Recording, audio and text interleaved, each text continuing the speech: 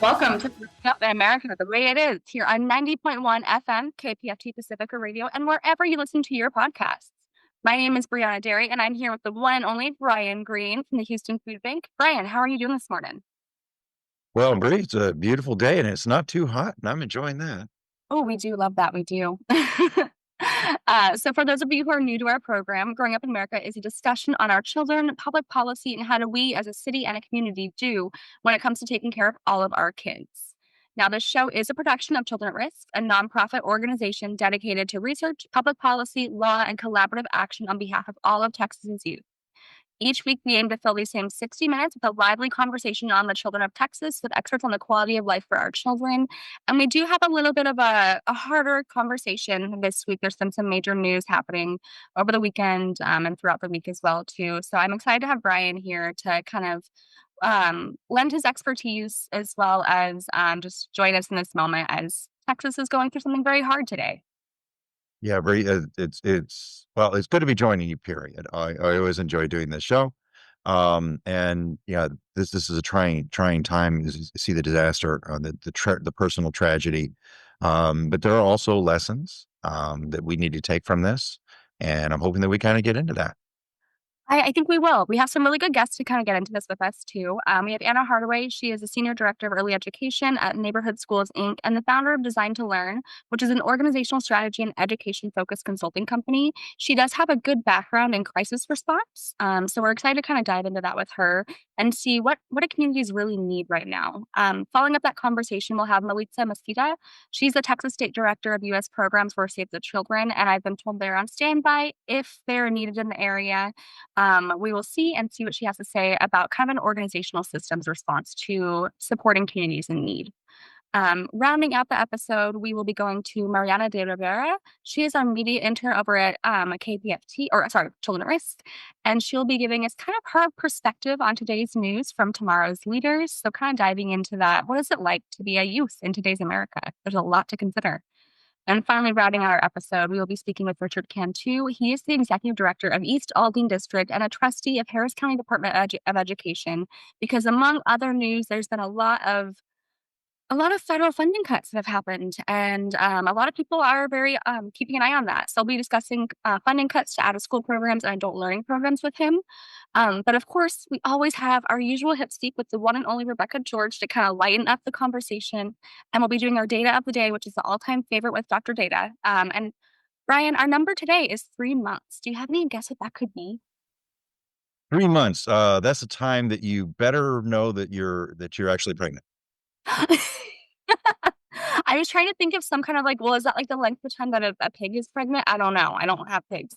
Um, I want to go something different. So I'm gonna say it So we is were both going for the pregnancy thing. That maybe we're on the right track. maybe actually. Well, you know what? Let's stick with that. We'll see. We'll see. Is it time to know or is it animals? Who knows? So we will fully dive into all these conversations in just a moment, but we're gonna go to a quick musical break and we'll have Anna Hardaway on the line in just a moment.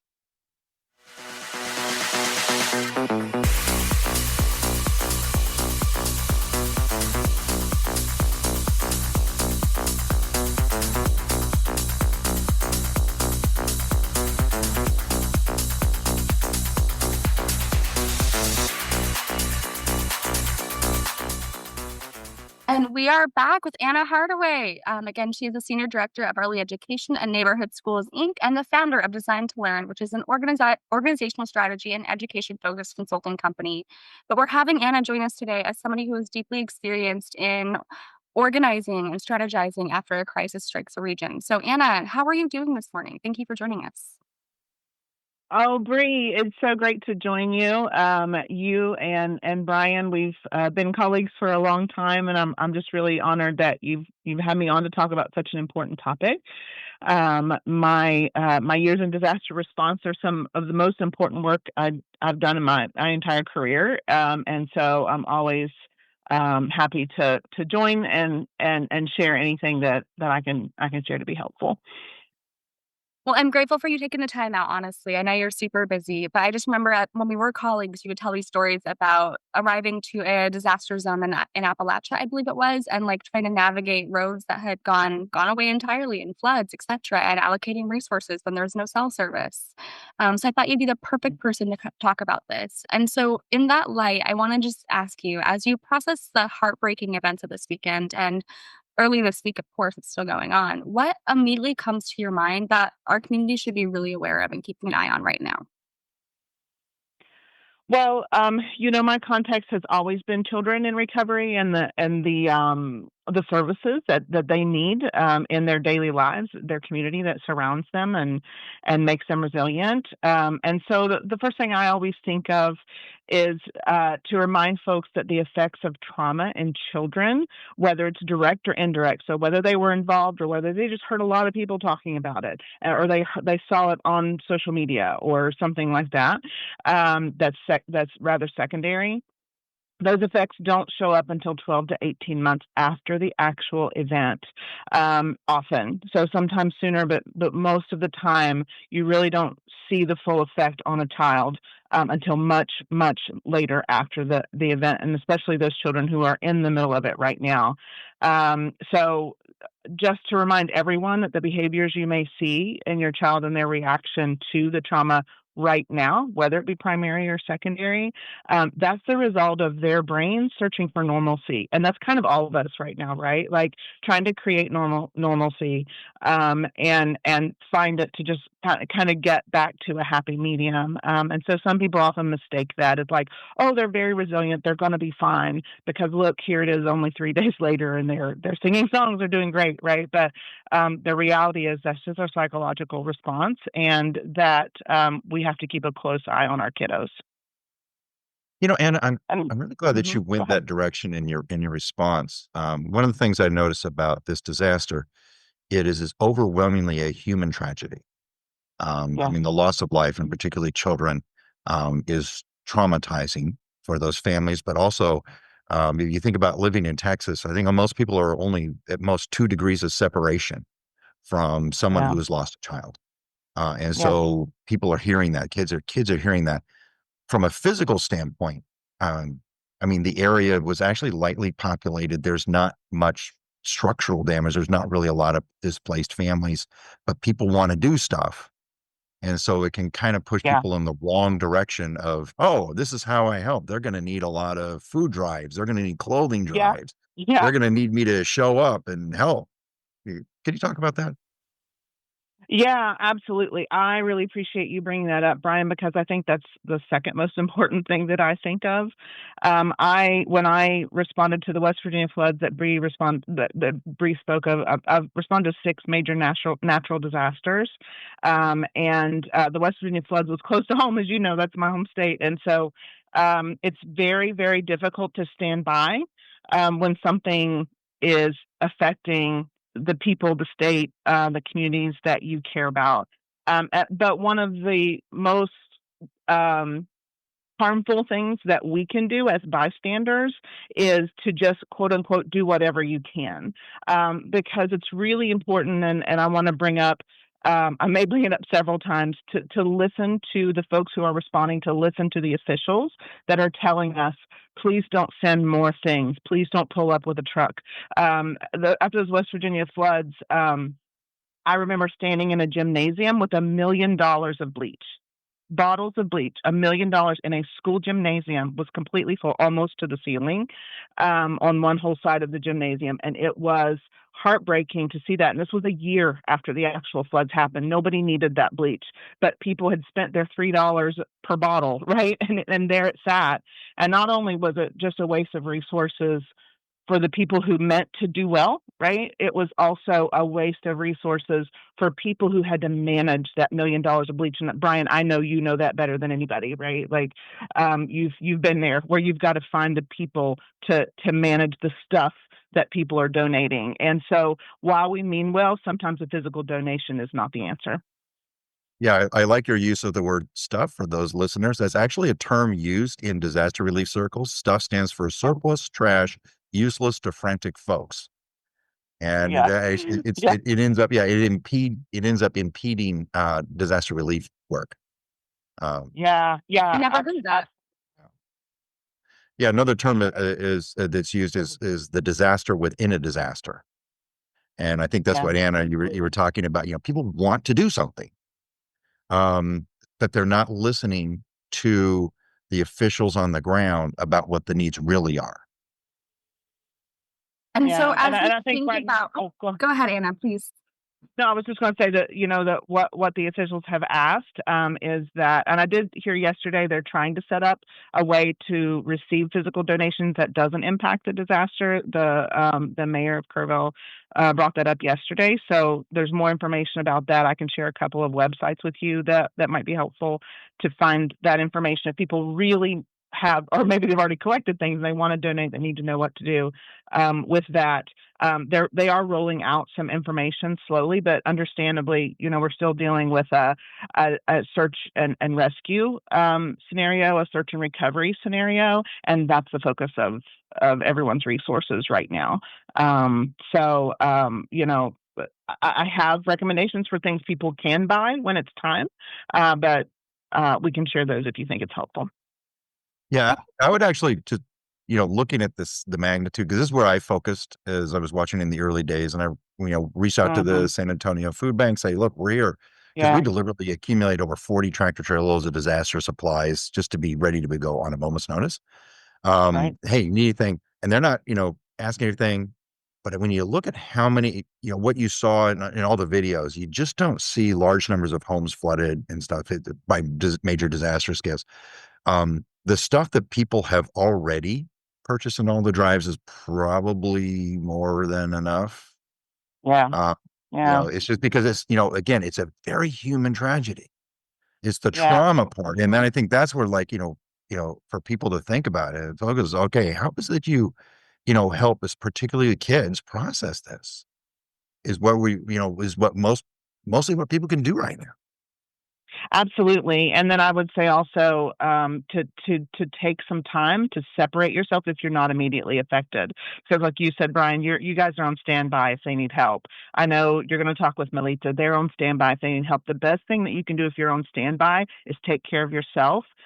Try to find some normalcy in your own life, breathe, stay healthy, because there may be a moment when you're needed, and it's important to be ready when that happens. And I was speaking with a fellow child care provider in the area over in Porter that lost an entire family this past weekend, and the children are still missing. It's very traumatic. Their entire large school has been deeply affected, and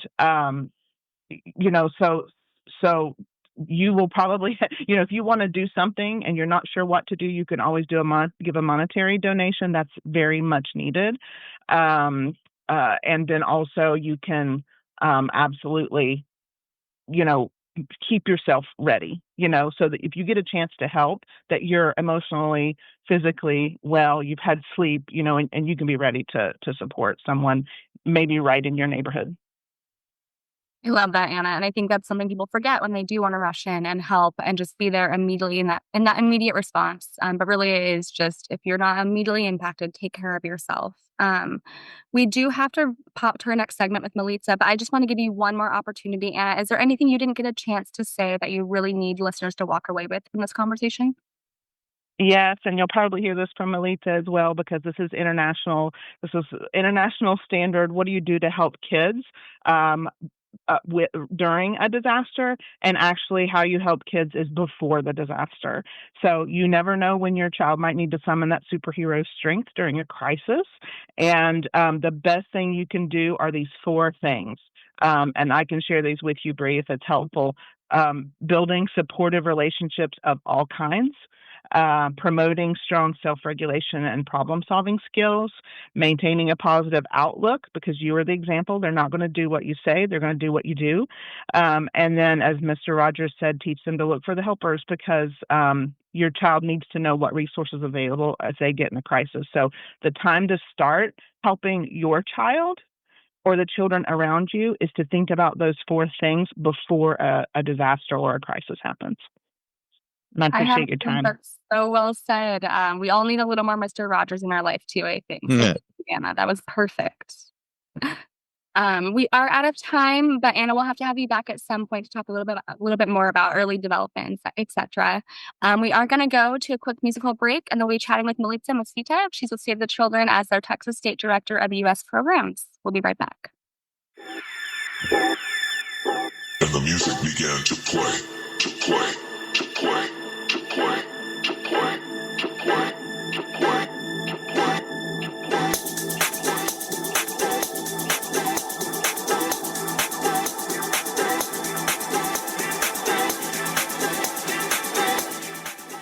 And we are back for another conversation on just what's been happening in Texas. We have Militza Mezquita with us. Again, the Texas State Director of U.S. Programs to Save the Children.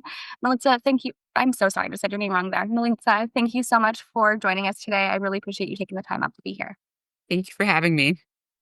So, Militza, do you know who Mr. Rogers is too? Because that was what I was wondering with that reference anime. Is like, how many people even know Mr. Rogers anymore? Everyone knows Mr. Rogers. Everybody knows Mr. Rogers. Okay, good. Because as a And good if they role don't, model they for should us. know Mr. Rogers.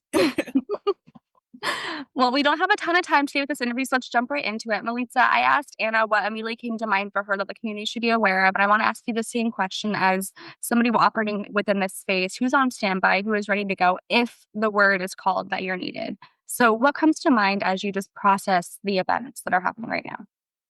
Yeah, I think right now it's really ensuring that we as a community really respect what's going on in that area. I know we're really prone as Texans, and especially those in rural communities, let's help our neighbors. But at this point, we need to sort of take a step back and let life-saving entities do what they need to do. And then when called upon, enter the area in a manner that is safe and really respectful towards those that are impacted.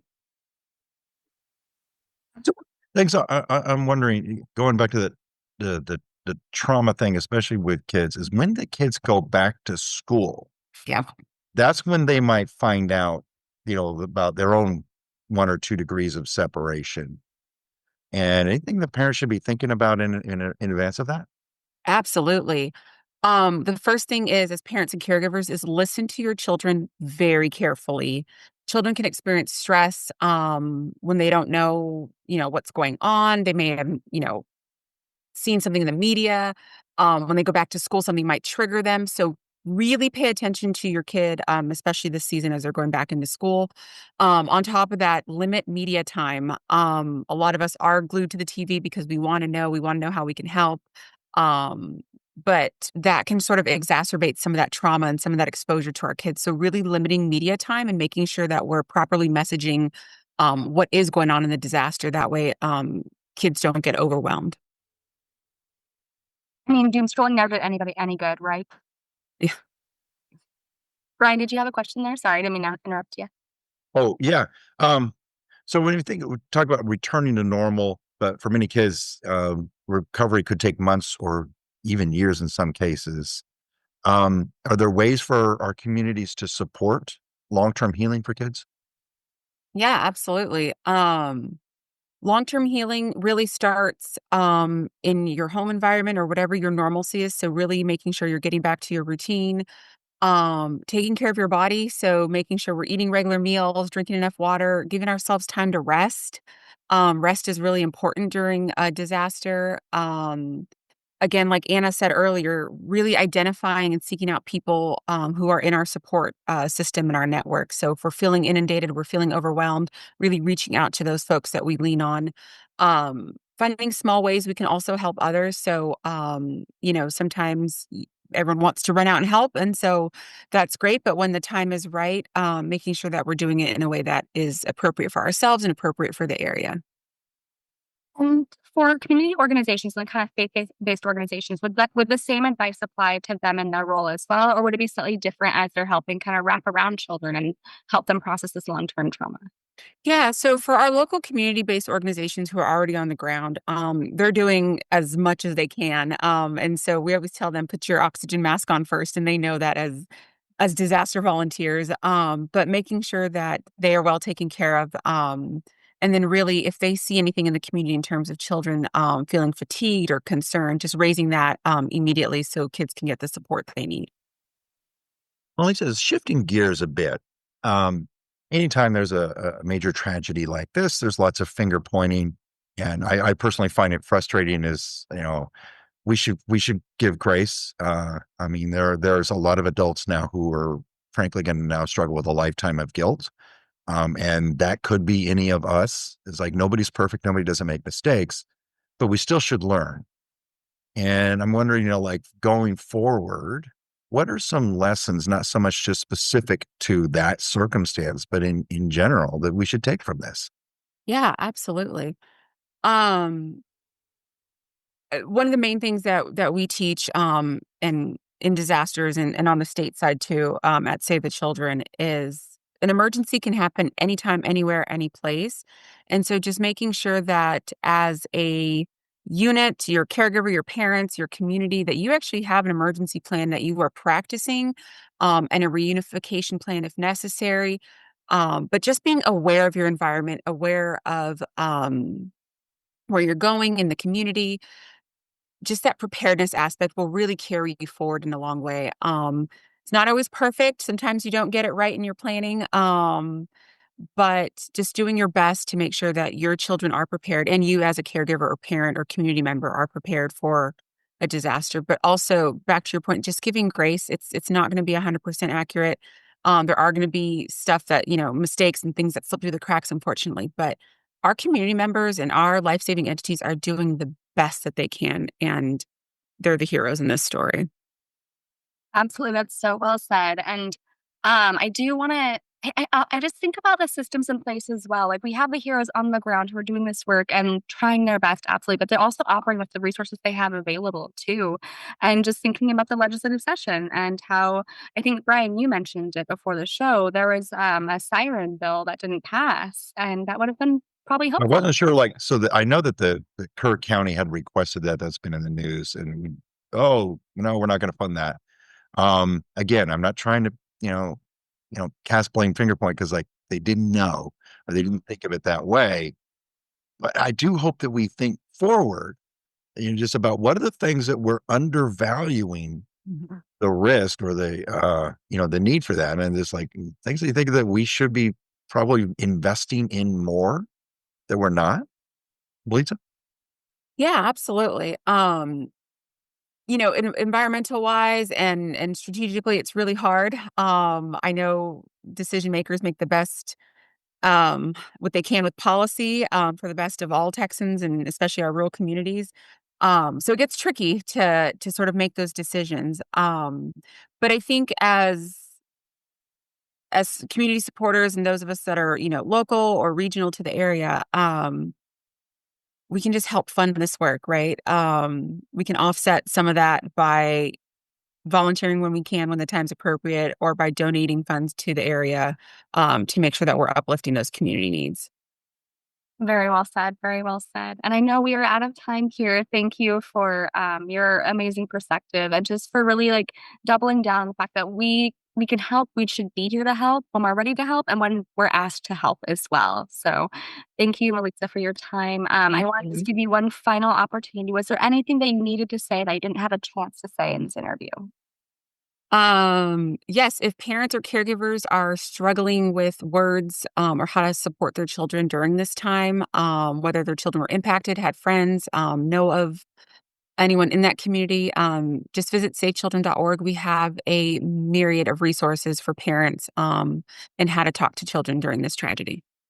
That's perfect. And will you say that website one more time for me, just in case anyone was listening and missed it just a little bit? Sure, savechildren.org. Awesome. Well, thank you, Militza. It's been a great conversation. I appreciate you and the amazing work that you're doing and your colleagues are doing. I hope to talk to you again soon, but until then, I hope you stay well. Thank you as well. We are going to go to a quick musical break and move into our next segment of the day. That'll be our Dr. Data, our data of the day. And Brian, we get to finally find out what 3 months is. So I'm very curious. We'll have Oh, it's absolutely. You better know that you're pregnant within 3 months. Otherwise, you're not paying attention. goodness, I hope so. That's We it. do hear That's those it. stories sometimes, though. All right. And we'll be right back after this quick musical break.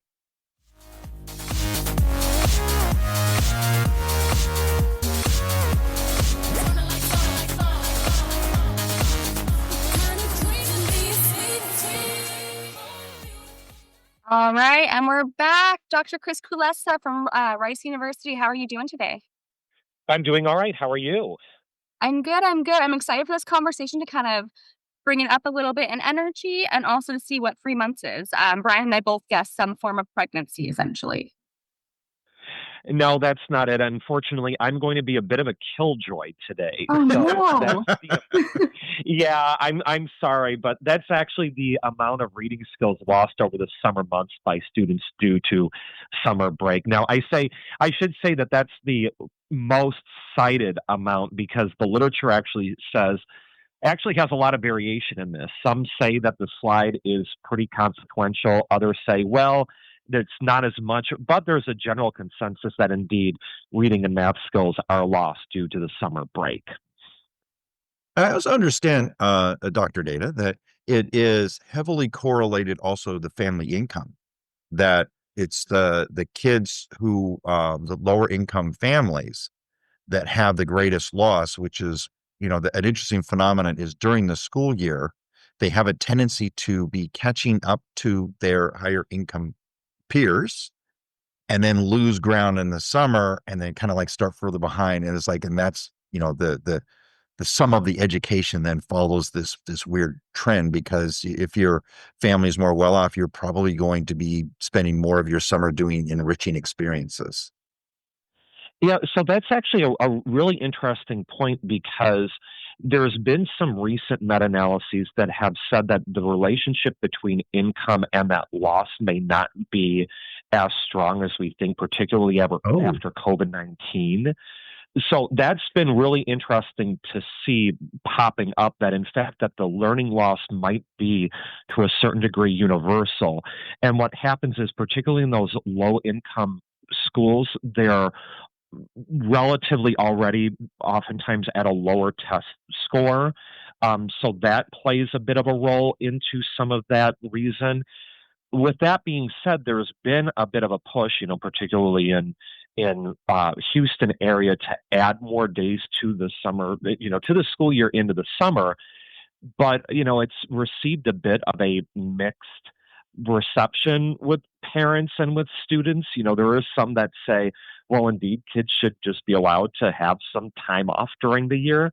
But with that being said, yeah, there is something still though to be said with that, in the fact that students that are in families that do have higher incomes can generally have access to enrichment programs over the summer and also either sporting programs or might be able to do other learning opportunities that families that have low incomes don't have access to. Also have to consider lifestyle as well. Whether or not families are able to take those summer vacations or not, that all plays a role into this learning loss. But really, what to do with this is not, there's not a universal answer, largely because, like I said, that there are some that argue that kids should be allowed to have that time off in the summer. And sometimes these summer school programs tend to have a bit of a weird schedule that's not necessarily in alignment with the regular school year, causing parents to need to adapt. yeah. The opposition I find interesting now with the kids opposing it. Well, I expect that, and there's a reason why we don't let them vote. But parents is like, I mean, we know the data. We know that that our kids are falling behind, and that this is so different than other countries, where they do have their kids go to longer school years, and it works better. I find the resistance really perplexing, and except for like obviously the businesses that basically use summer off to make money off the kids, the amusement parks and all that, and summer labor. But man, for parents to be opposed to that surprises me. And we do have to realize too, the school year is a relic of a bygone era, right? That this not going to school during the summer months is a testament to an economy that we no longer have, right? So, as you said, other countries have adapted and it has worked for them to really prevent some of the summer learning loss. And it would be fantastic if we were able to find a bit more consensus on this to extend the school year, or at least do some kind of calendar where you don't have that massive gap during the summer. You spread the breaks throughout the year, but they're shorter. That would also be one model that we could look into. However, again, there's always a status quo bias. So there's very often a status quo bias whenever it comes to something in public policy. And, that might be something we're running into as well with this. It's just, well, this is the way it's always been, and we've adapted our lives around it, so it's going to keep going that way. That is a common thread for political decision-making in America. Yeah. I mean, People do not like change. the one country that can't do universal health care is like, oh, that can't be done. Well, exactly. And anytime, you see politicians that want to change something, they get blowback for it. They sometimes will even, you see, even especially like with healthcare, anytime a major political party has a major proposal for healthcare, they lose the majority.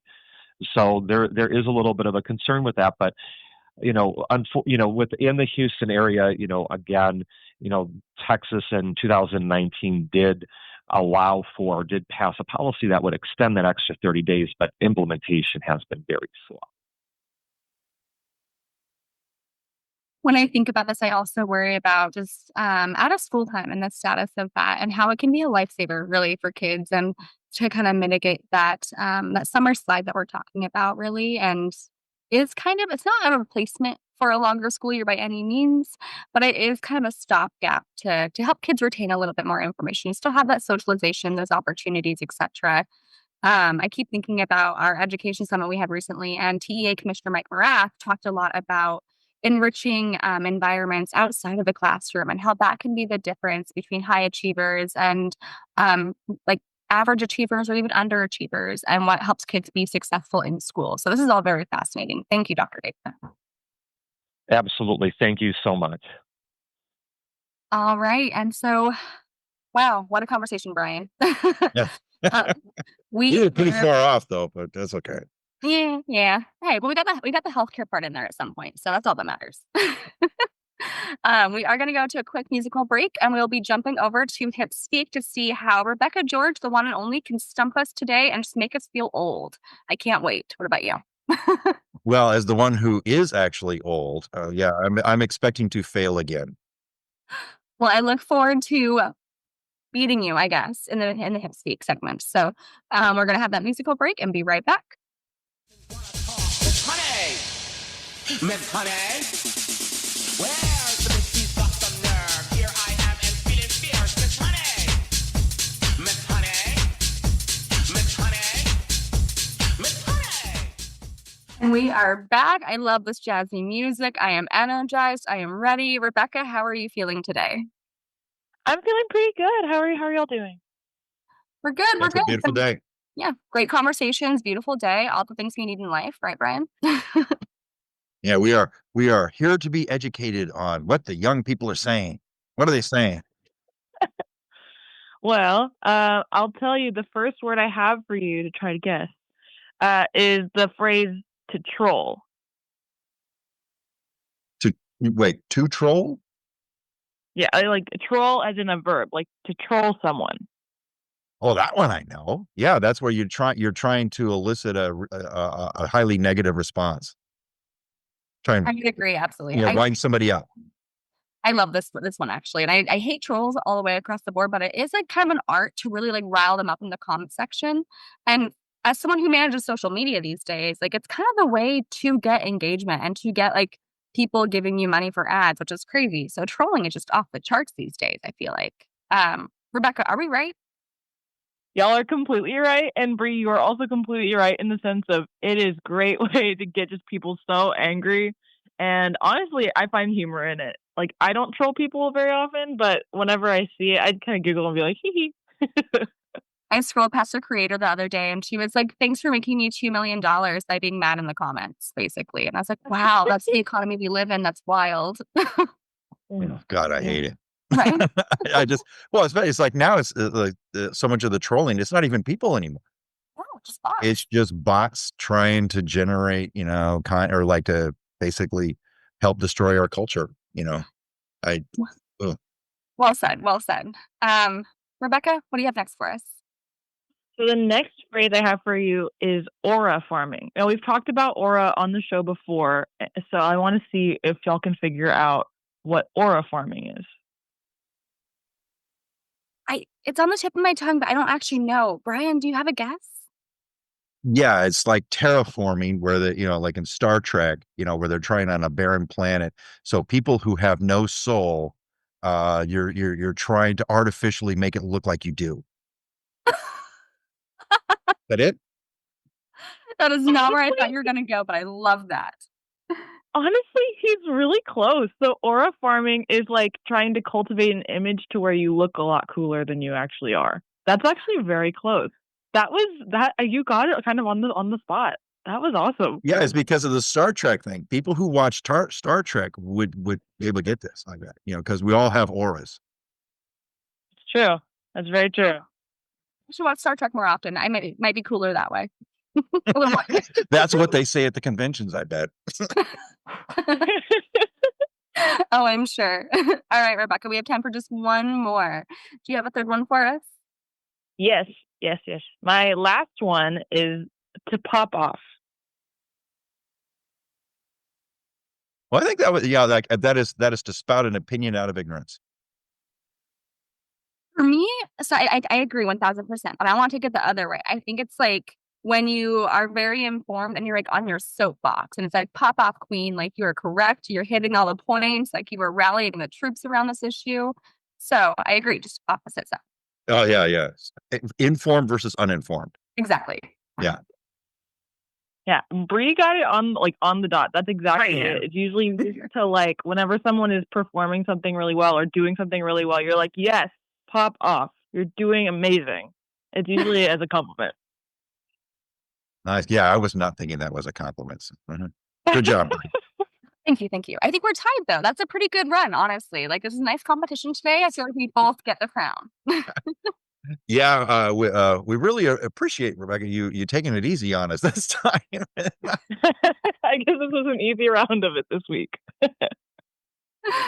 All right. And that was our fun segment with Hip Speak. We are going to switch to our next segment now with Mariana Nino de Rivera. She is a summer intern with Children at Risk, talking about today's news with tomorrow's leaders. We'll be right back and dive into it.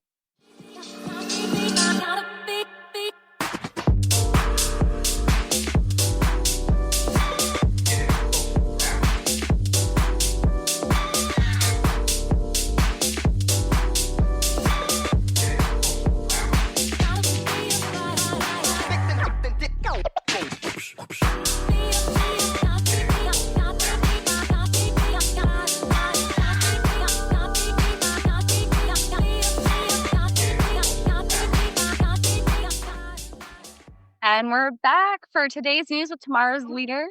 Mariana, how are you doing today? I'm doing great. How are you, Bree? I'm good. So here with me as my co-host is Brian Greene, the CEO of the Houston Food Bank. And I know he has tons of great questions for you, but I'm just going to kick us off really fast. Can you just tell us quickly where you go to school, what you're studying, and what you hope your future career will look like? Maybe in 10 years, 5 years? Yeah, thank you, Bree, for that question. I'm currently going to the University of Texas at Austin, Hook'em Horns. I'm studying humanities and data science. I'm thinking about pursuing a kind of data analyst role, either within a nonprofit or governmental space in the future. So still thinking of combining data science with public policy. Very cool. Well, I'm going to expect some really good answers out of you. So let's just talk about you think about the headlines you see today, not necessarily today, but these days. What captures your attention? Where do you focus in terms of current events of interest to you? Yeah. There has been very tragic events in the past couple of days, I think. So I grew up in a predominantly Hispanic community and first generation Mexican American. For a lot of Latinos, it hasn't necessarily been good news. I've been keeping an eye on many of the things that have been going around. The question of birthright citizenship, how that is going to play across the country is very concerning, and also thinking about the targeting of communities by ICE officials, especially right now in the news in LA, and how people are protesting against that, and the militarization of Los Angeles, especially on Monday in MacArthur Park. That's something that I was really keeping an eye on, and it's very unfortunate. It makes me think what might be next for our community here in Houston, whether we will see that kind of targeting of Hispanic communities here in Houston. So that's very tragic, but yes. It's Well, that heartbreaking, really. yeah. Oh, that makes a great deal of sense, and I'm very sorry about that. It's odd in the Kinder Institute does that study, and overwhelmingly, in the Houston area, people value immigrants and say this is making our society better. And it's weird how the policies almost seem to be coming from places where they don't have immigrants to be forming these negative opinions. I don't understand, but it's so. As you look at the political parties today, and what do you think about the Elon Musk's America Party? Is that a movement we need today, or more independent parties, or what do you think we need? I'm not quite sure the whole Elon Musk New American Party is exactly what we need today, but I do understand why people might be drawn to the idea of a new third party. I feel like a lot of people are dissatisfied with the current two parties, and I've heard from a lot of Latinos who either feel included or excluded by the Democratic Party. So I think it's really a question of like whose voice is being heard in today's politics. Um, I'm I'm not sure his idea of a new party system is what we need, but I do understand why some people might be drawn to a new third party, or why more people are becoming independent rather than Democrat or Republican.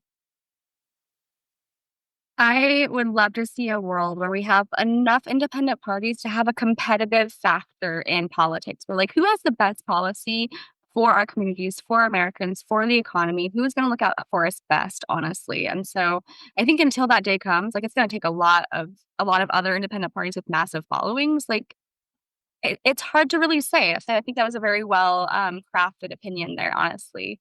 So I want to ask you, as I'm 29, freshly 29. I know you're just a little bit younger than me, Mariana. So as a young person and a young voter, what feels energizing to you? What would you go out and vote for? And kind of how is your generation feeling about everything right now? Yeah, truly, I think who I would vote for is somebody who understands me, who understands my community and the needs that are at hand of the community. Um, I think at least right now we do feel very, dissatisfied, disillusioned with the current America at hand right now.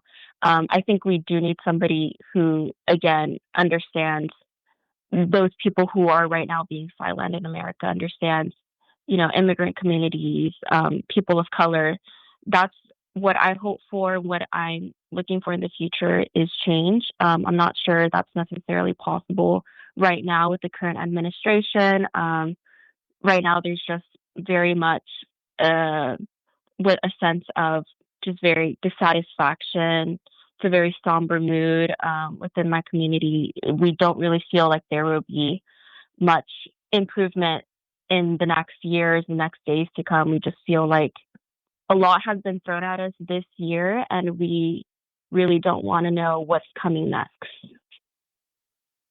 An interesting phenomenon in America, and I think a lot of it is because of the internet, is we're very, very split apart, very polarized, um, because you can kind of gather in your own internet spaces and hear only the same opinions around you. So people are becoming more conservative, more liberal, not so much in the middle.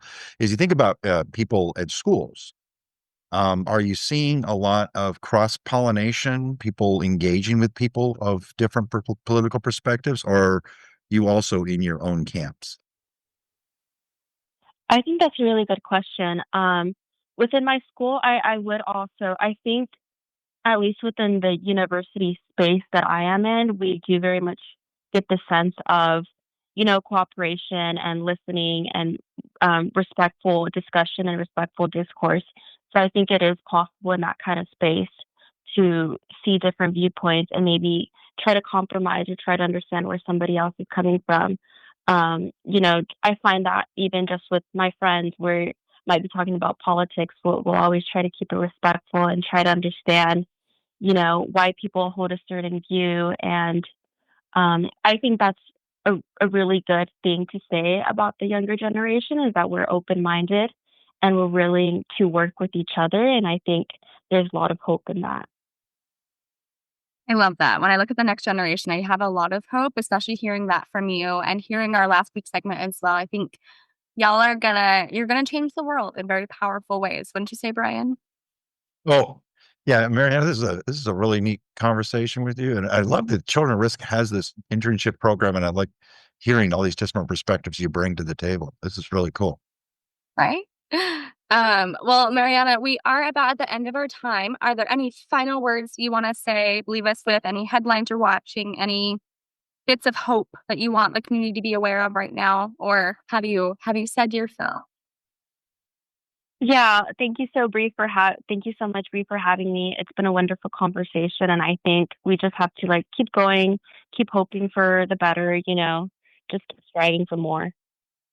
Keep voting for better as well too, and always turning out to vote, always showing up at the ballot box every time we get a chance to. So, Mariana, this has been great, and I look forward to speaking with you again, hopefully in the future. But until then, thank you for everything you're doing, and thank you for your opinions.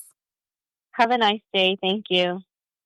All right, and we're going to go to a quick musical break before we get to our last segment of the day. Mr. Richard Cantu, he is the Executive Director of East Aldine District and a trustee of Harris County Department of Education. He'll be talking about funding cuts and funding changes to out-of-school time programs and adult education programs. So it's going to be a really interesting way to wrap up the day, I think. But coming soon after this quick break. If you wanna believe that anything could stop me, if you don't wanna see me dancing with somebody, if you wanna believe that anything could stop me,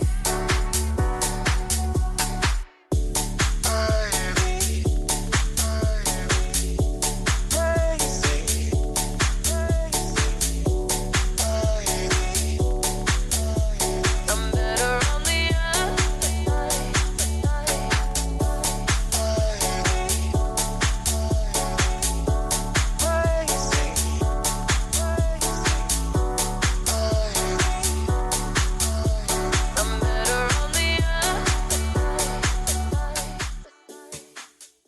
And we just had a nice little dance break there before we speak with our final guest of the day, Mr. Cantu, Richard Cantu. He is, again, the Executive Director of East Aldine District and a trustee of Harris County Department of Education. Mr. Cantu, thank you so much for joining us today. Glad to be with you. Thank you so much for having me. And there's been a lot of news. I know Brian was just dying to ask this question, I think, since the get-go. So do you want to take the lead, Brian? Yeah, there's been lots of cuts, and a lot of them are highly publicized, but there's a lot more cuts than people realize, and some of them are impacting education. So the 21st Century Community Learning Centers grant is an example of, I believe, getting nailed. So what's changing, and how's that impacting case for kids? Yes, we're devastated about the news of the cuts. Heard about it yesterday from our superintendent, James Colbert. For us, for Harris County Department of Education, Case for Kids, where we serve almost 15,000 kids a year, which to me is just a drop in the bucket of what we need to be doing in Harris County and across our region. But for us, it means $3.5 million that's going away for our school-based after-school programs, which affects 19 schools, 2,000 kids in 8 different school districts, and 3 charter schools on top of that. And a lot of these, if not most, are in really vulnerable areas. We still have so much work to do to reach more underserved communities, but we're trying to build on what we had, not go back. And this is certainly putting us back so far. Our youth need more programs, more services, more development assistance, and this is just taking us back maybe 20 or more years. That impact is gonna be generational, I think. Sorry, Brian, go ahead. I was just so is this like it begins essentially the school year? When do the cuts actually take effect? Yeah, I think the cuts are immediate. They were supposed to Immediate. be deposited in our grant funds. I think July 1st is what I've been told. Right. But yes, these are school, Monday through Friday, school after school programs. So, school doesn't start for about another month in some of the earliest districts, but we've got dozens of staff, teachers, and part timers that are, busy making plans, working on curriculum and programs and getting things together. And so this is literally just, pulling the rug from underneath us. And we're gonna, unfortunately, we're looking to have to lay off some of these staff. I think close to 20, most of them full time and some part time. But this is just, I'm always trying to push our department to do more and making sure we're reaching some of the hard to reach areas in the inner city and even out in the outskirts. There's some important programs out in Crosby and Highlands and Barrett Station and in the inner city and the East End. Ripley House is going to be losing their school-based, their charter school-based after-school programs. And out here on the north side where I live, one of the AMA charter schools is going to be losing this. And so, these are kids that need support after school that don't have the fortune. The families aren't fortunate enough to be able to put them in the YMCA or some other programs. They count on these after-school programs to not only keep their kids safe and in the vicinity of a positive role model, but I mean they get help with their schoolwork, tutoring. They learn other skills. They're it's just so many important opportunities for them to gain more skills and open up their world for their future. Well, and with almost no notice, I feel like y'all have just been kind of dropped in the deep end, and now you're just trying to tread water at the very last minute here and thinking about like summer slides, the state of education in general. Like that's just it's harrowing, frankly, to know that like this much funding has been just taken away from kids that really need it and organizations doing great work.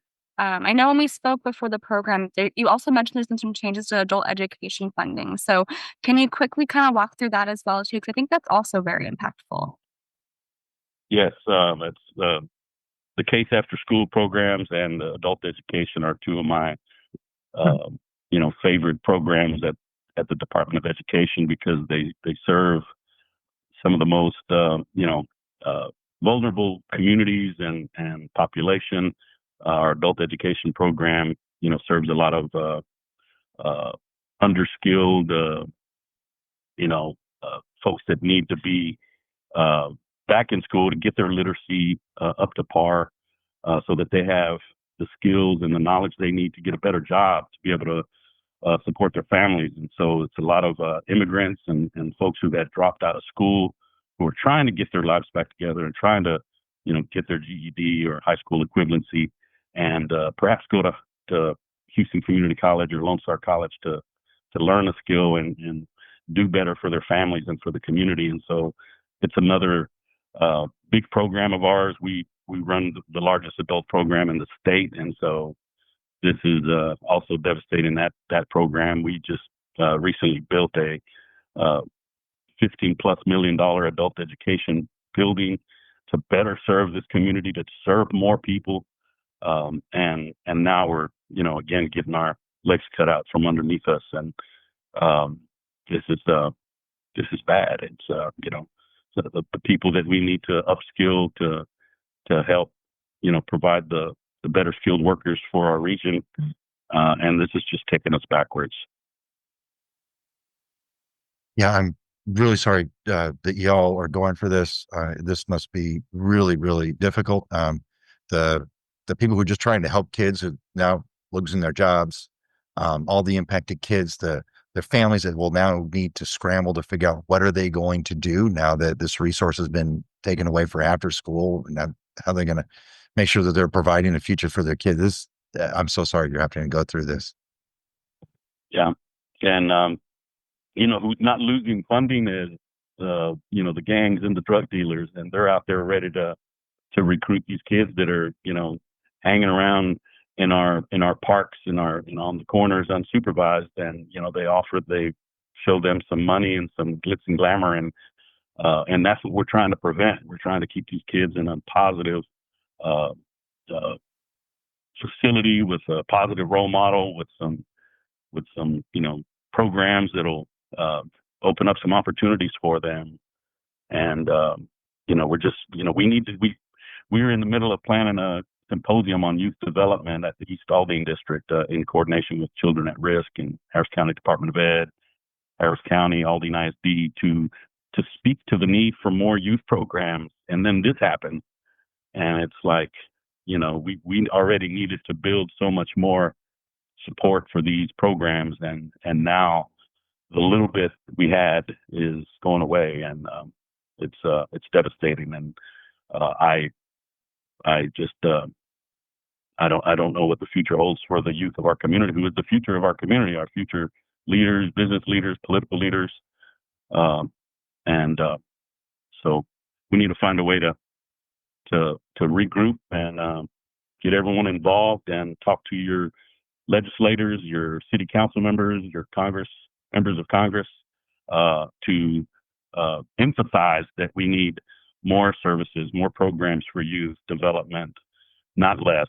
Those after school hours are so critical. There's more victims of crime under the age of 18 between the hours of 3 and 6 than any other time of the week or the days of the week. And so, these are critical programs that are just going to really, really hurt our community. Absolutely. And there's so much to unpack here. And we are unfortunately out of time, Richard. But I will have to invite you back to have a deeper dive conversation, maybe here in a few weeks, once we kind of get our footing under us and can move forward again. So we do have to close out now, but thank you so much for joining us, Richard. Thank you so much for listening in, everybody. Brian, for being my co-host. It has been a somber but very enlightening show, and I think it's just going to be a kind of rallying cry for our community more than anything this week. So for those listening, this as a reminder, this is Growing Up in America by Children at Risk. If you did enjoy our discussion, please join us next Wednesday from 9 to 10 a.m. Follow us on Facebook, follow us on podcast platforms, and we will see you next week.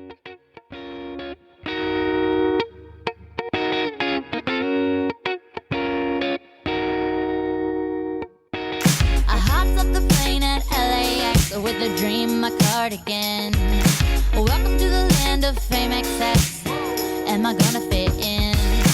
Jumped in the cab, here I am for the first time. Look to my right and I see the Hollywood sign. This is all so crazy. Everybody seems so famous. My tummy's turning and I'm feeling kinda homesick. Too much pressure and I'm nervous. That's when the taxi man turned on the radio and a Jay-Z song was on. And the Jay-Z song was on.